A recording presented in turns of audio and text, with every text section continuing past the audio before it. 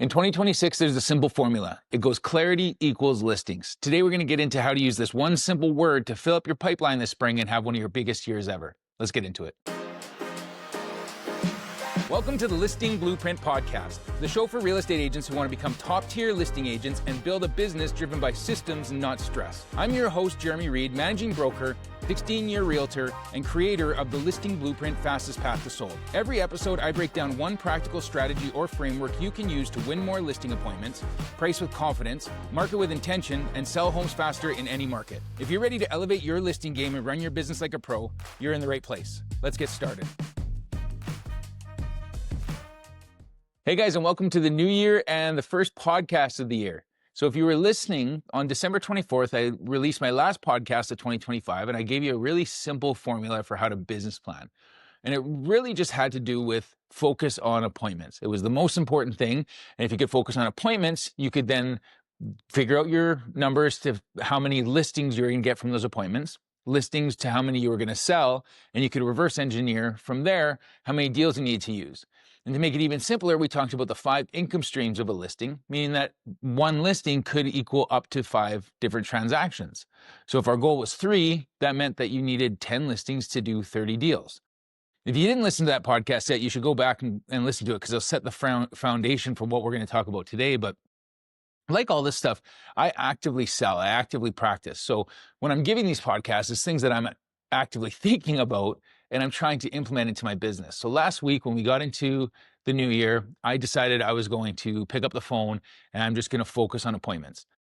And my mindset going into this was, if I had a boss and that boss said, "How many appointments did you book today?" and I showed them a blank calendar, then I was failing at my job. And there's only so many days that I could go with a blank calendar before I'd be fired. So I've taken on the approach of be your own boss. Now, if my job is to book appointments, I'm going to figure out how to get in and meet with people without seeming pushy, because you want it to seem natural, but I'm going to figure out how to get in face to face and meet with people, because my biggest goal is to fill up my appointment list. Now, my biggest concern when I started doing this was I don't want to waste a whole bunch of my days sitting in 1.5 or 2-hour listing appointments with someone that really has no interest in actually selling, because then I could lose my day real quick. 2 appointments, I just lost my day. And in my mindset, when I was trying to figure this out, I was thinking, I don't want to do this. I don't want to basically sit down. I want to figure out who's serious ahead of time. But the problem with that is that I don't know who's serious until we actually sit down. So this has been a bit of a bottleneck for me going back the last few years, is trying to preserve my time while also growing and getting more business. So what I did last week was I said, okay, I'm just going to run with this. I'm going to figure out how to get into more appointments, because I know appointments will equal listings. But here's the thing. I realized I don't need to dedicate 1.5 or 2 hours. In fact, when I had the brokerage, there was one thing that my partner really instilled in me, which is set proper expectations. So I took that and I said, okay, what do I really want to do with these appointments?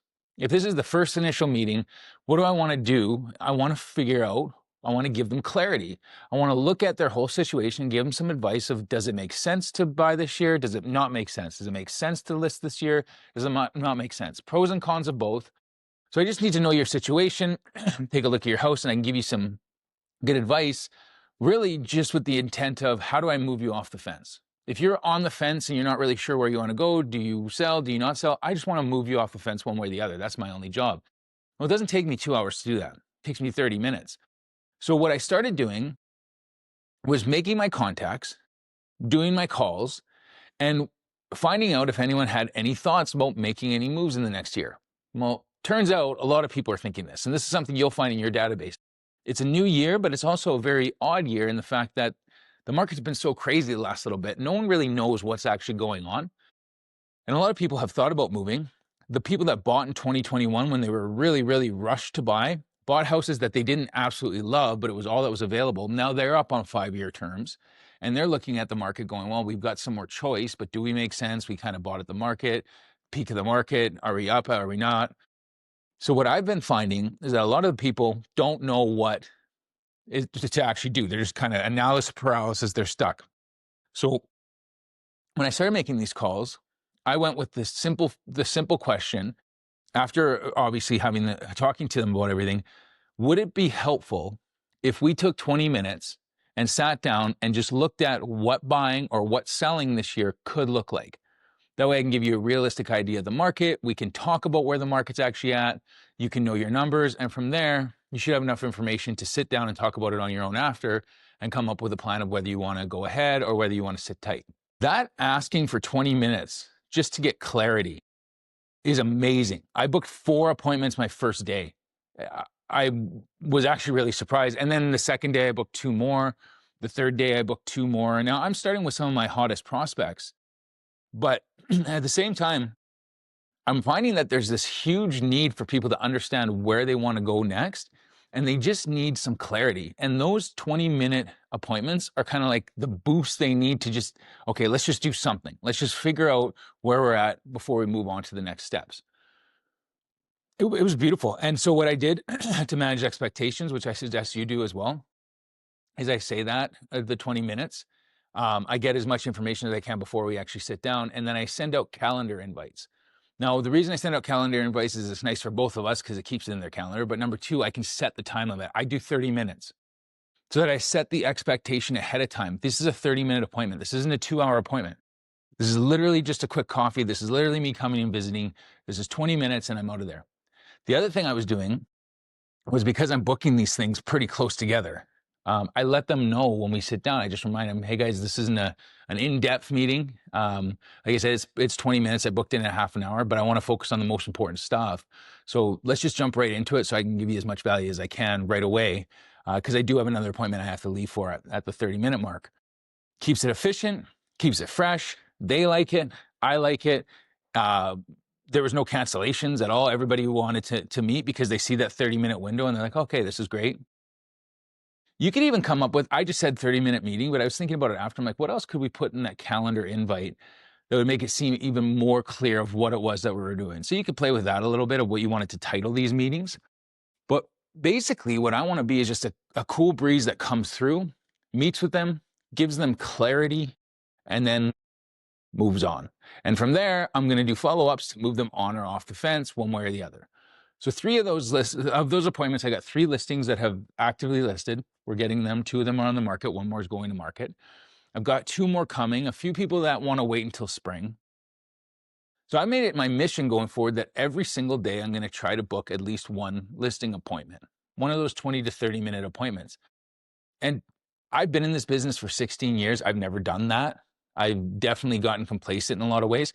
I actually created a 90-day agreement for myself that said for January, February, and March, I am not allowed to do anything else. I'm not allowed to change my branding. I'm not allowed to work on systems. I'm not even changing my marketing. If you guys have been following me on social media, I used to post daily. I'm posting once every 3-4 days. I'm not saying that's right.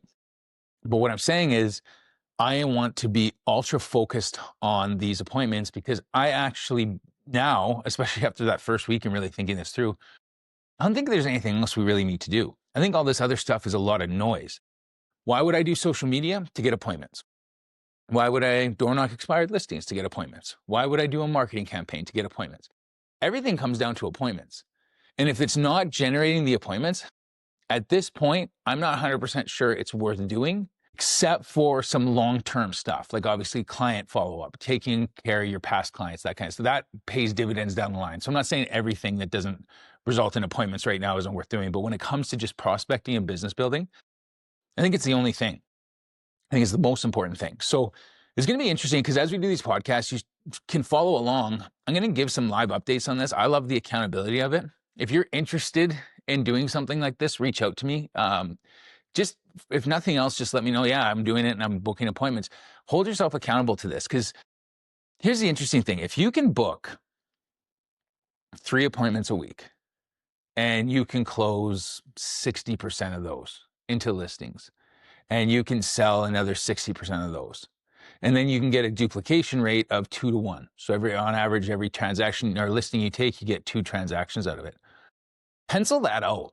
That's at least 40 transactions a year. And depending on what your market is, in my market, 40 transactions, that'd be about $400,000. Now, my goal is a little higher than that because I just want to go hard. I just think there's so much opportunity out there right now. So I'm trying to book 5 appointments a week. And because I've been in the business a while, I've got an established business where my phone will ring just naturally on top of that. So, but if you just had no transactions and you were just starting out and you could book 3 appointments a week every single week and you could get those closing ratios of 60-60, you could easily do 30 or 40 transactions this year. No problem. And here's the thing about that. We tend to look at, well, who do I call? Here's the other big rule that I set for myself. I don't start the day until I know exactly who I'm going to call, meaning that the night before, I will set aside 15 contacts that I'm going to contact the next day. Now, I'm either calling all those 15 or I'm booking an appointment. That's my mindset. If I call all 15 and I can't get a hold of them and they don't call me back or whatever, fine. At least I made 15 calls. I might even go longer if I don't book the appointment. I want an appointment a day. I'm like really hungry for this appointment a day, but I'm picking that the day before and I'm creating the list. And you would be surprised that when you get in the market, and it's 9 a.m. and it's time to make calls, how much resistance there is if you don't know who to call. That's where this all failed for me before. But when you sit down and you just have a list and you just can 9 o'clock, press that number and dial, it just flows. Ultimately, when you really think about it, when you're just looking for clarity, that question is so easy to deliver. Would it be helpful if we sat down for 20 minutes and just looked at options so you could have some clarity going into 2026 of whether it made sense or didn't make sense? That's all we want to do. We would just want to figure out, does it make sense for you to look at moving? Does it not make sense for you to make moving? Then you can close the door either way and just move on with your year. It's easy. People love to do it. Now, right now, a lot of people are really loving the idea of investing that time. That's another thing that I'm finding. There's no resistance on this. Last thing, before I wrap this one up, if you're going to book these appointments, book your time when you're going to do these calls. And this is some things that I'm finding as I'm figuring this out. I do it 9 to 11. Don't book an 11 appointment because that 11 appointment means that you have no time to wrap up. You've got no time to make notes. It just feels like you're just going into the next appointment and then your whole day feels behind. So I do 9 to 11 for the calls, 11 to 12 to just kind of reorganize myself, deal with anything that needs to do. And then I have not been taking any appointments. Last week I didn't do this though, and this is what kind of messed me up. So this week's adjustment, I will not be taking any appointments before noon, no matter what. Monday through Friday, 9 to 11 is my prospecting time. 11 to 12 is when I catch up. I'll do all my appointments in the afternoon. So I book them 12 to say 3 in the afternoon for these appointments. I try to do same day if I can. So I'm always trying to move things forward. Because another thing I found is that if you have one appointment today, one appointment tomorrow, one appointment on Thursday, it's kind of nice if you can move a couple of them and do some back-to-backs today, because then it frees up some time tomorrow. For me, I'm a momentum guy. Don't get so caught up on what the outcome is of these appointments, because there's something else that's really unique about this. If you're going to invest 20 minutes of time or 30 minutes of time with a face-to-face person, and they just want to get an idea what the market's at, or they don't list. Remember, one person can pass your name on to a lot of other people. So another thing I've been doing, which has been really helpful, is after we're done, we're like, hey, that's no problem, but I'm just curious, I got some really ambitious goals this year, and I'm looking for more listings. Do you know anyone else that's looking? No, we don't. We haven't really talked to anyone. Would you mind keeping me in touch? Could I keep in touch with you? I'll update you on the market of how things go forward, kind of keep you up to date of what's happening. But could you do me a favor? And if you come across someone that's looking to list their home, could you just pass my name on and just let me get into the door with them and have a swing at it? Because I want to work with as many people as I can. I want to hit these goals, and it would really help if you just pass my name on. Once someone has actually had the chance to meet with you, connect with you, they go into your long-term follow-up where you're going to keep them up to date on the market, and you've asked for the referral, I don't think you could spend a better 30 minutes in growing your business. So don't be scared to take those iffy appointments, because one can turn into another even without you taking the listing. So that's it. It's short and sweet, but follow along week by week. I'm going to give you guys some updates. Email me if you're doing this. I'm even thinking I would love to get your guys' feedback on it. It wouldn't be that hard for us to set up, but I've noticed more and more people are starting to listen to this podcast. And if you are interested in just having some kind of accountability or even like a bit of a group, there doesn't need to be a charge for it or anything like that. I think I could set it up pretty easy. In fact, the Listing Blueprint has a free community we could put together. So if it's something you're interested in, just to get around other people that are trying to do these appointments, sharing different scenarios, just kind of an idea sharing marketplace. Reach out to me. It's something that's kind of I've thought of for a long time. I wouldn't want to spend a whole ton of time moderating it and putting in information, but if everyone was kind of contributing, it might be kind of cool. Feel free to reach out about that. Otherwise, hope you guys have an awesome 2026. Make sure you follow along because I'm going to keep putting these out every single week, and let's get after it. All right. Thanks, guys. Bye.